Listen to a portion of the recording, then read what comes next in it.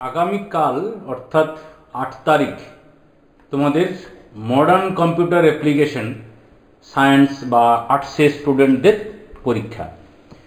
তো প্রশ্ন কেমন হতে পারে, তো সেই প্রশ্ন নিয়ে আলোচনা করব। প্রশ্ন প্রস্তুত করেছেন দীর্ঘদিনের অভিজ্ঞ, যার সাজেশন এবং প্রশ্ন প্রত্যেক বছর 100%-এর অধিক লেগে যায়। তো সেই প্রশ্নটা আমরা দেখব। অবশ্যই কিন্তু সাজেশনটা দেখবে, ডেসক্রিপশনে লিঙ্ক থাকলো, যারা দেখোনি। আমরা প্রশ্ন উত্তর সহ আলোচনা করব। তবে খেয়াল রাখবে, প্রশ্নটা প্রিন্ট করেছি, টাইপ করেছি আমি, ভুল থাকতে পারে, আর উচ্চারণও ভুল থাকতে পারে। নিচের কোনটি ডিএমএল স্টেটমেন্ট নয়? উত্তর অল্টার।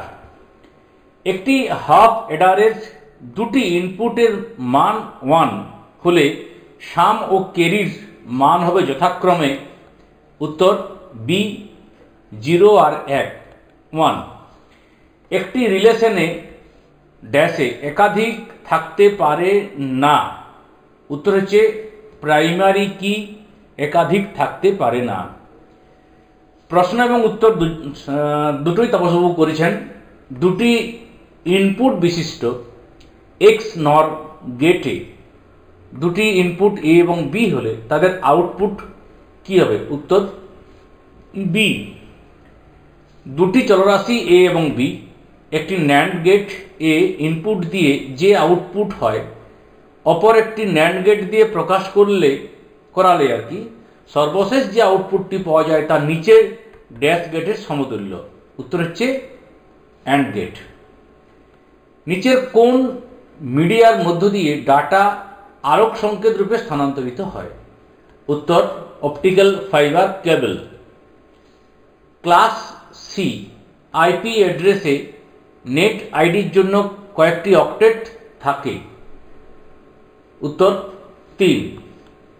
বাকি অপশনগুলির মধ্যে একই শ্রেণীভুক্ত নয় এমন শব্দটি নির্বাচন করো। C Tomcat. HTML এ কোন লিস্টকে ক্রমানুসারে সাজানোর জন্য নিচের কোন ট্যাগটি ব্যবহার করা হয়? উত্তর COL। 10 HTML এ কোনো টেক্সটের ফন্ট স্টাইল পরিবর্তন করার জন্য নিচের কোন অ্যাট্রিবিউটটি ব্যবহার করা হয়? উত্তর বি। HTML এ হাইপারলিঙ্ক করার জন্য নিচের কোন ট্যাগটি ব্যবহার করা হয়? উত্তর সি। ডাটাবেসে কোনো স্কিম ডিলিট, এটি জানি না বানানটা ঠিক আছে কিনা, করার জন্য নিচের কোন স্টেটমেন্টটি ব্যবহার করা হয়? উত্তর হচ্ছে বি। ডাটাবেসে ডায়াগ্রামে রেক্ট্যাঙ্গেল চিহ্নিত করে। এই প্রশ্নের উত্তরটি অবশ্যই কমেন্ট করে জানাবে। একটি রিলেশনে অ্যাট্রিবিউটের সংখ্যাকে বলা হয় সি ডিগ্রি। নিচের কোন কি তৈরি করতে কমপক্ষে দুটি টেবিলের প্রয়োজন হয়? উত্তর হচ্ছে ফরেন কি অর্থাৎ ডি। ডায়াগ্রামে অ্যাট্রিবিউট সিম্বল দ্বারা চিহ্নিত করা হয়। উত্তর হচ্ছে সি। রিলেশন অ্যালজেব্রাতে প্রজেকশন অপারেশন চিহ্নিত করার জন্য কোন প্রতীক ব্যবহার করা হয়? উত্তর বি।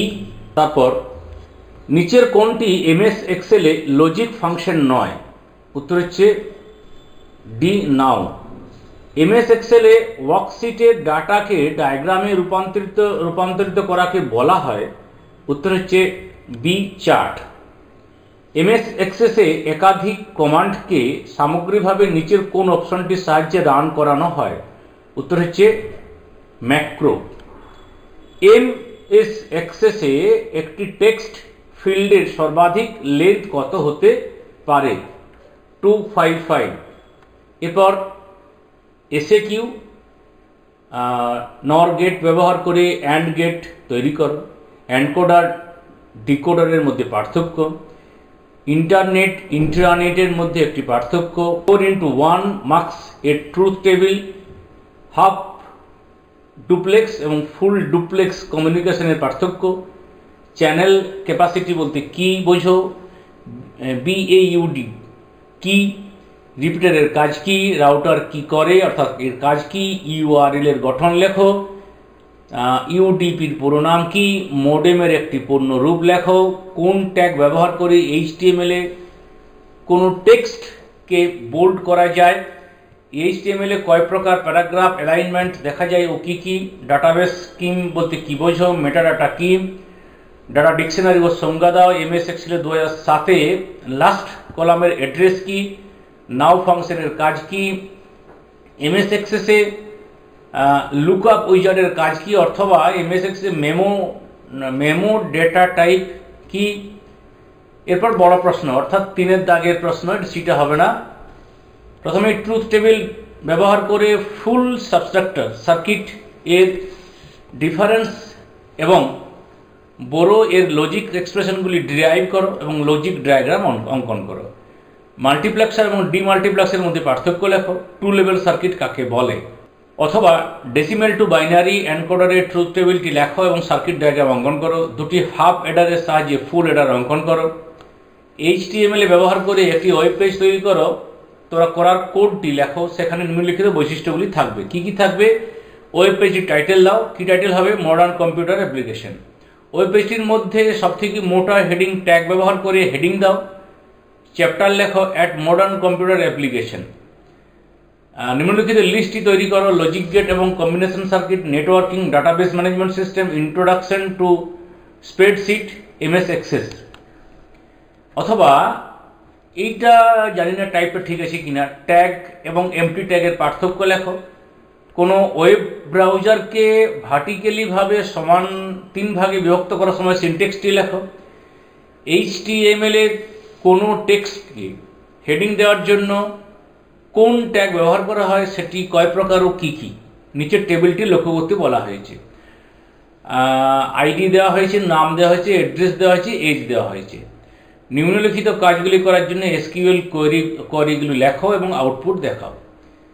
আচ্ছা, কোড C001-2 থেকে C004 এর কোড আইডির নাম ও বয়স দেখাও। সেই সমস্ত কাস্টমারদের নাম খুঁজে বের করো যারা নিউ দিল্লিতে বা মুম্বাইয়ে থাকে।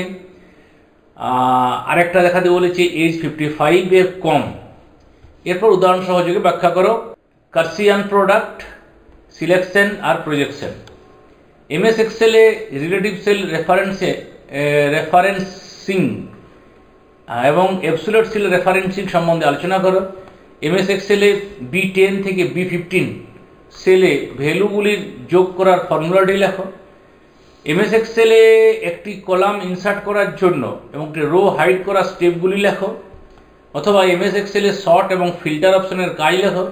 এমএস এক্সেলের নাও ও লোয়ার এর সিনট্যাক্স এবং কাজ লেখো। অটোফিলের কাজ কি? এমএস এক্সেলের দুটি টেবিলের মধ্যে ধাপগুলি লেখো। এমএস এক্সেলের ডাটা শিট ভিউ এবং ডিজাইন ভিউর মধ্যে দুটি পার্থক্য লেখো। এমএস এক্সেলের ডাটা রেকর্ডার অপেক্ষা কোয়ারির সুবিধা কি? এমএস এক্সেলে ভ্যালিডেশন রুল এবং ভ্যালিডেশন টেক্সট প্রপার্টির মধ্যে সম্পর্ক কি? এমএস এক্সেলে একটি টেবিলে ফিল্ড ইনসার্ট করার স্টেপগুলি লেখো।